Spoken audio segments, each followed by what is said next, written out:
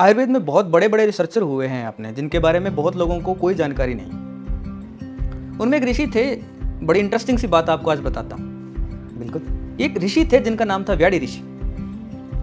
राजा भोज के समय की बात है ये। राजा भोज के समय की बात है। एक ऋषि थे, व्याड़ी ऋषि थे। वो रिसर्च कर रहे थे कि अपनी सेलुलर एज को रोका कैसे जाए, सेलुलर एज को स्लो डाउन कैसे किया जाए। तो जैसा कि आजकल की रिसर्च हो रही है, उस प्रकार उसी जमाने में वो रिसर्च कर रहे थे कि डीएनए के लेवल पे टीलोमियर, अगर आज की रिसर्च बता रहा हूँ कि अगर टीलोमियर अगर हमारा कम होना शुरू हो जाता है तो हम वैसे वैसे एज होना शुरू हो जाते हैं। हमारे चेहरे पे झुर्रियाँ पड़ना, हमारे बॉडी के ऑर्गन्स का एफिशिएंसी कम हो जाना, हमारी मसल वास्टनिंग हो जाना, ये सब चीज़ें होती हैं। मतलब वृद्धावस्था की तरफ बुजुर्ग व्यक्ति हो रहा है। तो वो रिसर्च कर रहे थे कि डेथ हो जाना एक डिफरेंट थिंग है, पर आदमी बूढ़ा होकर क्यों मरे, जवान मर जाए। सही है। तो वो ये चीज़ के बारे में वो रिसर्च कर रहे थे। तो वो एक उस टाइम के लाइक टॉप मोस्ट साइंटिस्ट थे, राजा भोज के टाइम के। वो जो ऋषि थे, उन्होंने अपना कुटिया बनाई हुई थी जंगल में बाहर। उस कुटिया के अंदर वो अपनी वाइफ के साथ रहते थे और वहाँ पे अपना रिसर्च करते थे।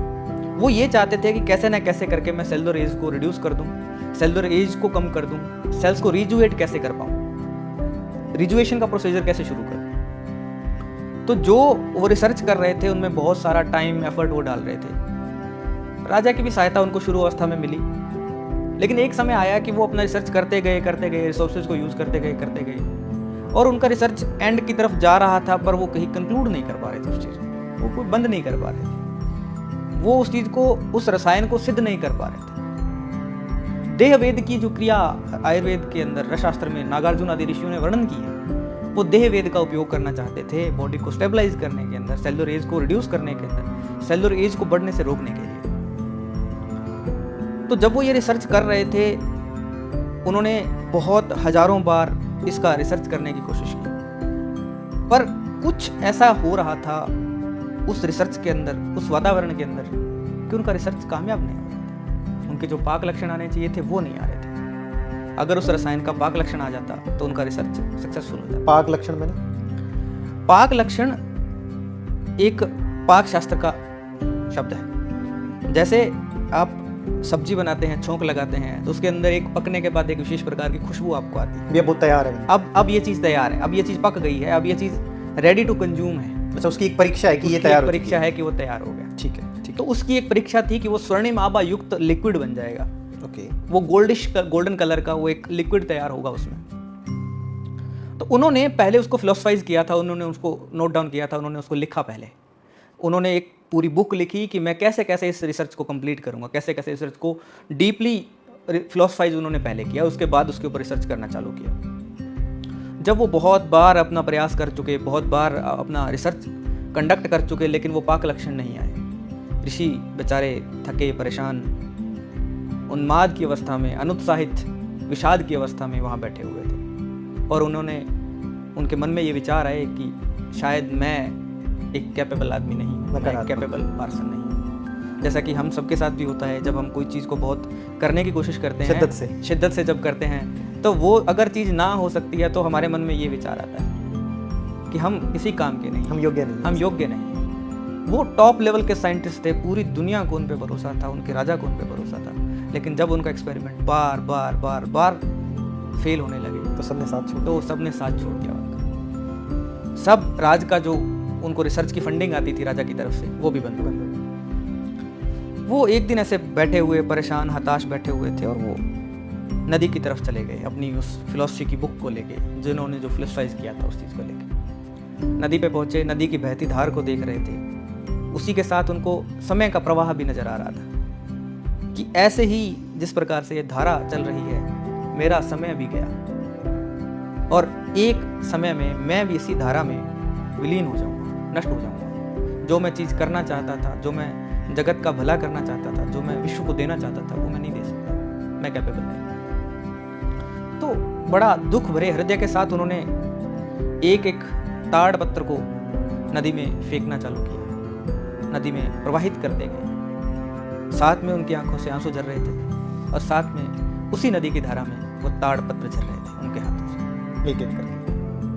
एक एक कर करके पूरा का पूरा ताड़ पत्र उनका नदी में उन्होंने बहा दिया। पर हम समय के प्रवाह को नियंत्रित नहीं कर सकते। ऐसा ही ऋषि के साथ हुआ।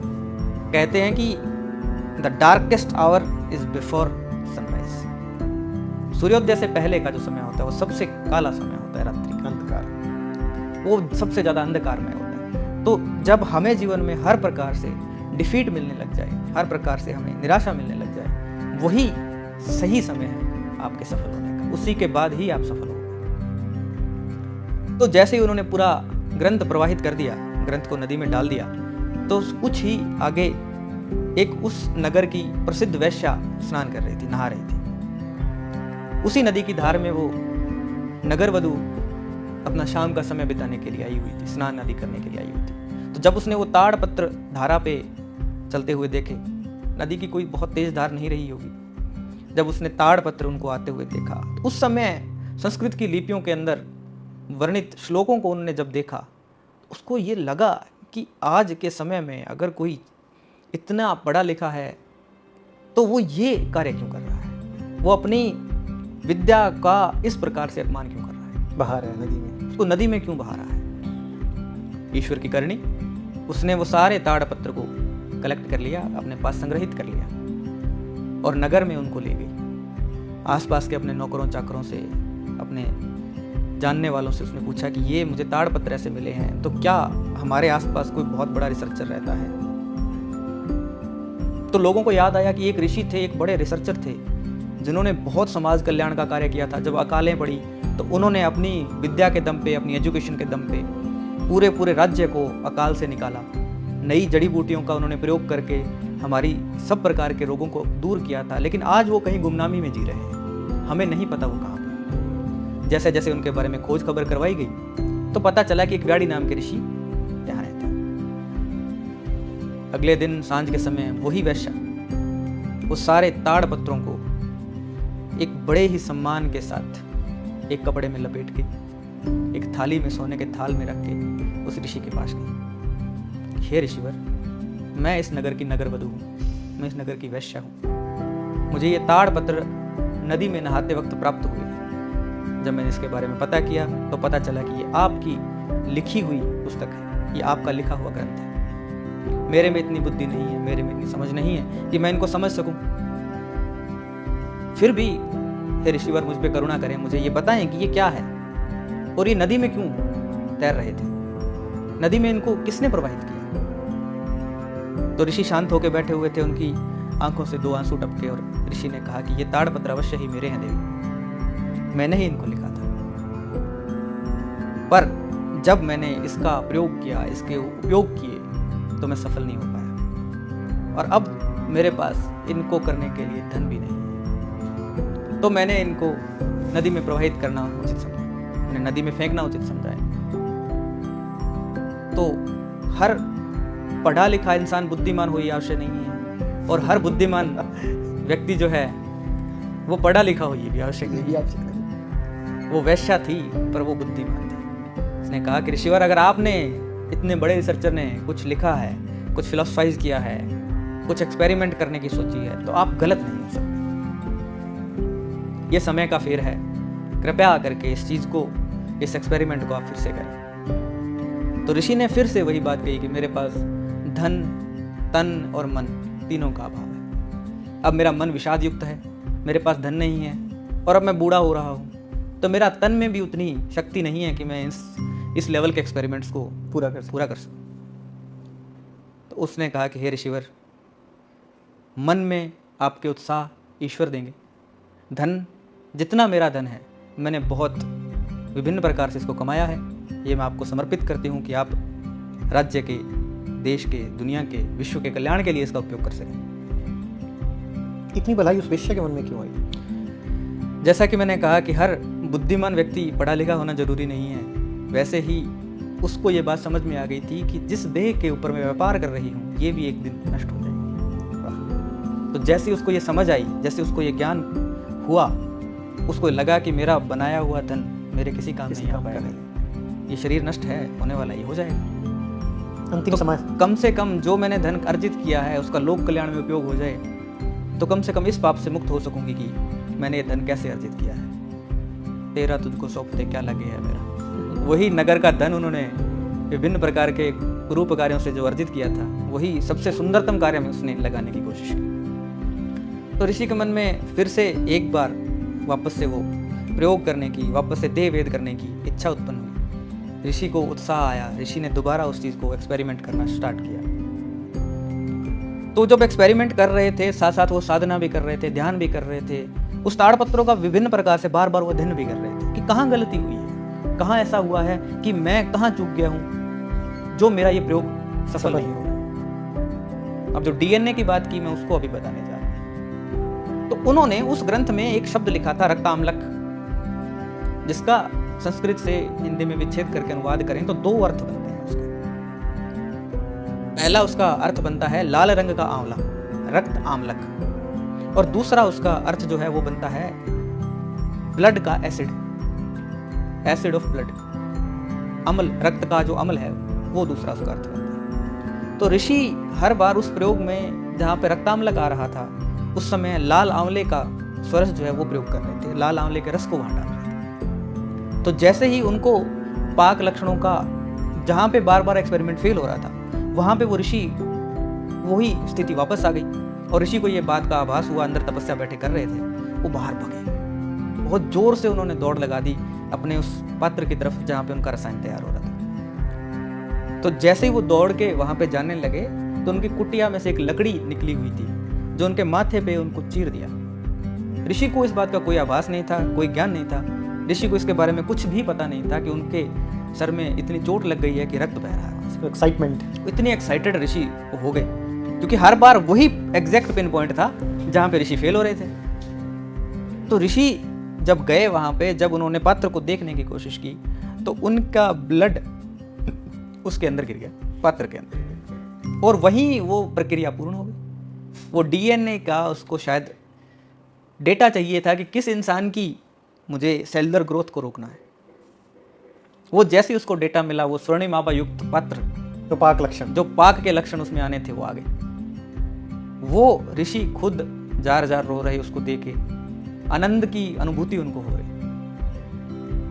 ऋषि ने वो पात्र उठाया, खुद ग्रहण किया, अपनी पत्नी को ग्रहण करवाया, और इतनी शक्ति कहते हैं कि उस समय उनमें आ गई थी कि वो वायु में गमन करने की सामर्थ्य उनको प्राप्त हो गई, हवा में उड़ने की उनको सामर्थ्य प्राप्त हो गई, उनका बॉडी का वेट जो है 0 हो गया।